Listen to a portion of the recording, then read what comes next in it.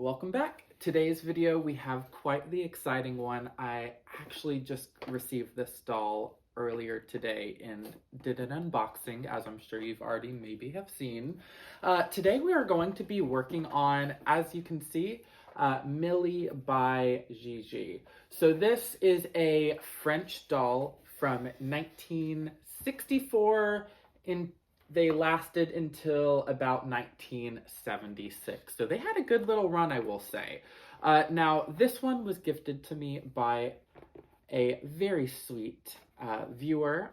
Thank you so much, Sabrina. So she actually came in her original box. Now, I will say, I've only ever seen pictures of these dolls. They are quite hard to come by. Especially here in the United States. So I am so excited to actually have one in my own collection.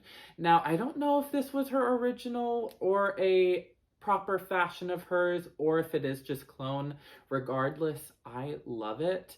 And today we're really not going to actually be doing much to this doll. I'm really just going to be restyling her hair a little bit, since it was just in a ponytail when I received her.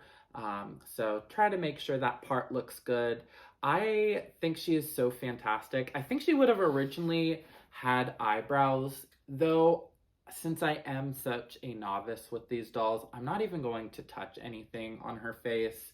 I'm really just simply going to make sure her hair looks really nice. She came in this adorable little mod outfit with some go-go boots, matching purse, and a flower-tastic psychedelic print mini. Overall, the doll herself looks in really nice shape. Again, this is the first time I've ever actually held one of these dolls. Now, again, she is a competitor to Barbie back in the day, so, you know, very similar in scale-wise, but a little bit different in how the doll is actually made herself, which, as you can see, she is on a body that does kind of have a swivel waist. Now, Barbie didn't really end up doing that until about 1970 with the Dramatic Living Barbie, which I have also as a little demonstration. But I think she's pretty fantastic.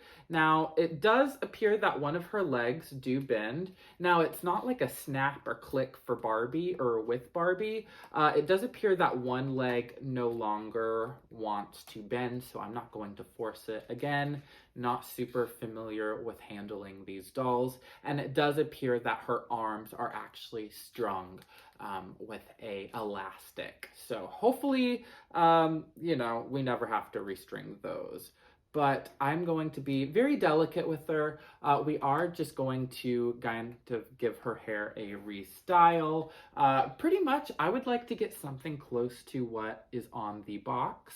I think that would be really fun. So that's really just resetting her part. Hopefully we don't have to completely relatch it.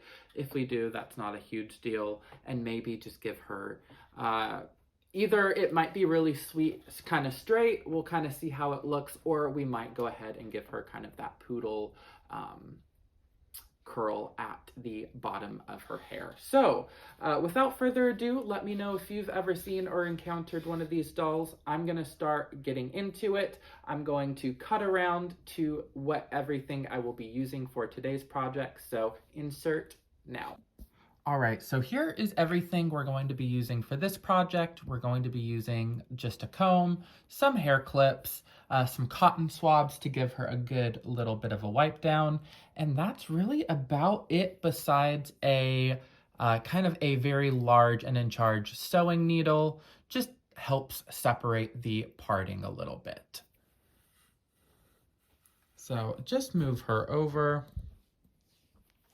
And we're gonna go ahead and just kind of see what we're working with, if you will. So we all know that all of this hair is going to come to this side. Try to see if we can salvage the part or if we're going to have to completely redo it, which again, I just worked on an American Girl earlier today, Barbie, so it wouldn't be the first of the day. And just gently picking the hair. Again, not super familiar with these dolls, so I don't want to yank on the hair. I know you can a little bit more on some Barbie, but I don't know how these were rooted. So just as gentle as we possibly can. So we're going to take our sewing needle and kind of looks like we can just maybe see if it will give us a part.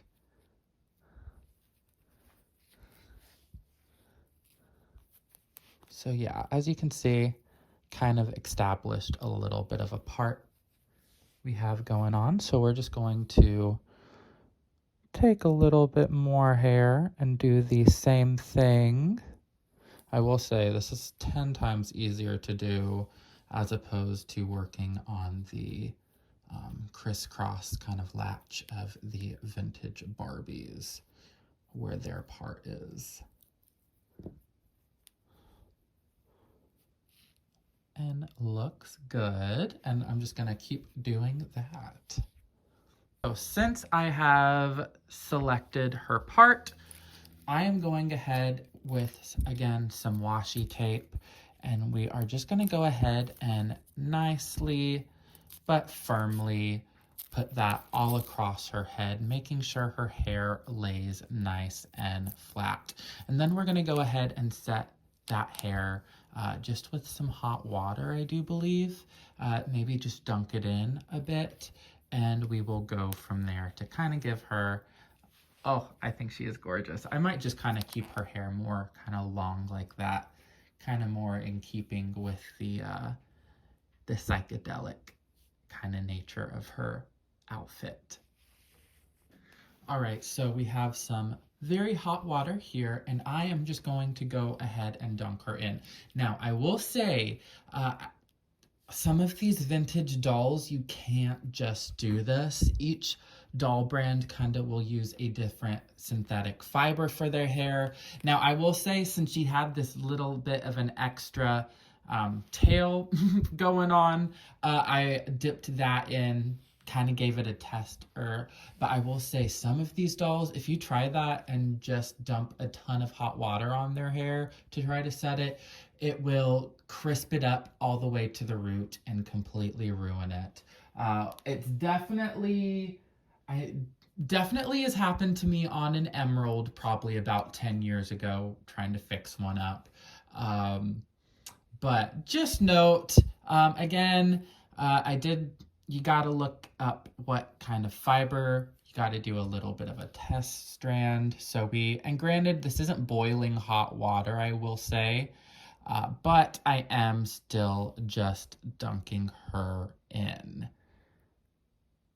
Again, I really like this washi tape because washi tape, I will say, has a gross leftover residue that is left behind on them. I personally love this. It's really easy to use. It doesn't leave any residue. It doesn't, come out when you dunk them in water. It's durable, but not too intense, I guess you could say. So we're gonna go ahead and let her hair dry. All right, and we have our Mily doll. So I did a little bit of research and I found what her original style would have been, and I do believe it would have been very similar to actually what a swirl ponytail would have had. So I pretty much did the same technique as I do with the swirl ponytails and just kind of gave her, again, that kind of poodle flip using a little pipe cleaner. We just rolled it up. Oops. Perfect. And then just very gently comb out.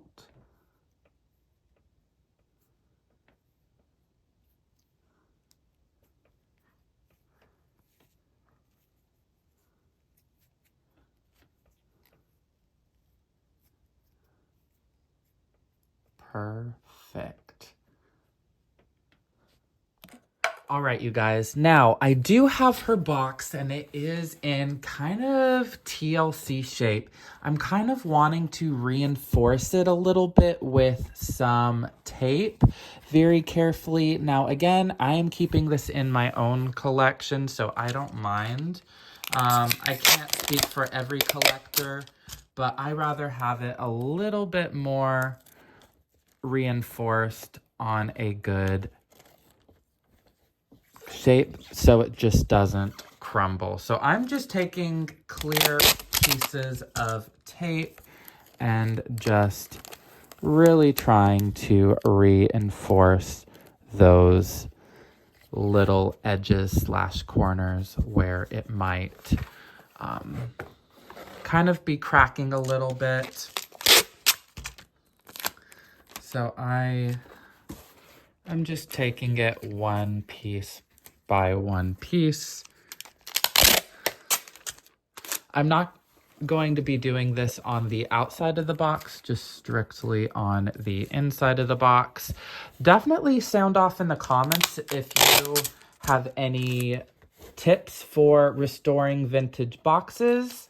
I haven't really ever dabbled. I have a few vintage 60s Barbie boxes that like the bubble cuts and ponytails would come in that are in a little bit of wear and tear shape. Granted, it's not as much shape and damage as this box in particular, but yeah, I thought since, you know, we are already working on this lovely lady, we would just try to work on the box ever so slightly. Again, really just trying to keep it in one piece. All right, so we have finished up fixing up her box. Again, I just applied the tape on the inner side where the cracking slash ripping was, trying as best as we can to prevent it from doing any more in the future, and a little bit on the inside. Again, I'm going to be placing her on a shelf and really not touching her, so she should be good for another, hopefully, 100 years or so. So again, here is the box. I love that she has her own little cameo on front. Super gorgeous these French dolls are. All right, we have officially redone Miss Millie, again by E.G. Or wait, not E.G., by Gigi, made in France. I think she turned out quite gorgeous. I absolutely love her signature little swirl ponytail. I think this doll is just breathtaking. I ended up giving her a red ribbon. Thought it would play very nicely off of her very psychedelic vintage fabric of her dress and matching go-go boots. Extremely unique, this fashion doll. Again, measures about 11.5 inches tall. Absolutely gorgeous. Comes with her own original box. Again, thank you so much, Sabrina, for sending her my way. I will be just in awe of this lovely gal for years to come. I am so excited to be able to add her to my own collection. And until the very next one, you guys, thank you so much for watching. If you have any questions, feel free to sound off in the comments. If you have any of these Mily dolls in your own personal collection, I would love to know. Until the next one, see ya in the next. Bye now.